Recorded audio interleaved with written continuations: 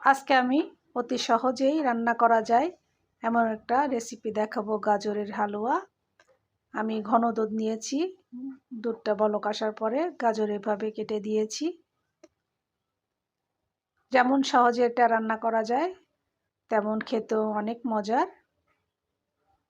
বাসায় অবশ্যই ট্রাই করবেন।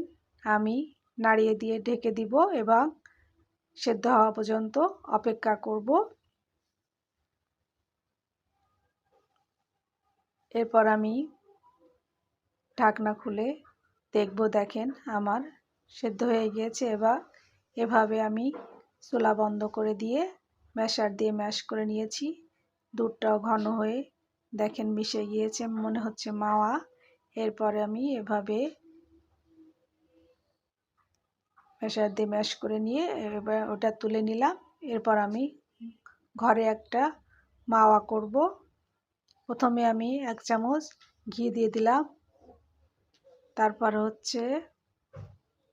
এরপর আমি দিয়ে দিব গুঁড়ো দুধ। গুঁড়ো দুধটা একটু ভেজে নেব। ভেজে নেওয়ার পরে এরপর দেখ কালারটা এমন হওয়ার পরে আমি একটু দুধ দিয়ে দিব। দুধটাকে আমি টেনে যাওয়া পর্যন্ত অপেক্ষা করব।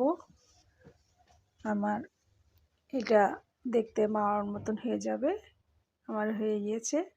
এরপর আমি যে গাজরটা সেদ্ধ করে নিয়েছি এটা দিয়ে ভালো করে মেখে নিব, নাড়িয়ে চাড়িয়ে।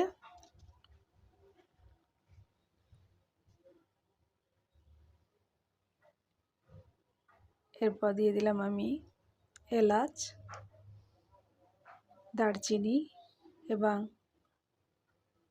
শুকনা ফ্রুটস দিয়েছি কিছু।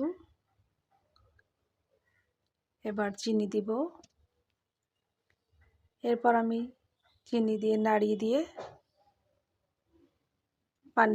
চিনির পানিটা শুকানো পর্যন্ত অপেক্ষা করব।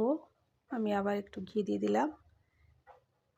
সবাইকে অনুরোধ করতে চাই, আমার ভিডিও যদি ভালো লেগে থাকে লাইক, কমেন্ট, শেয়ার এবং সাবস্ক্রাইব করে আমার পাশে থাকবেন, যাতে আমার ভিডিওগুলো পরবর্তীতে দেখতে পান। আমার হয়ে গিয়েছে। এবার আমি ঘি দিয়ে নামিয়ে দিব। সবাইকে ধন্যবাদ জানাতে চাই ধৈর্য সহকারে আমার ভিডিওগুলো দেখেন।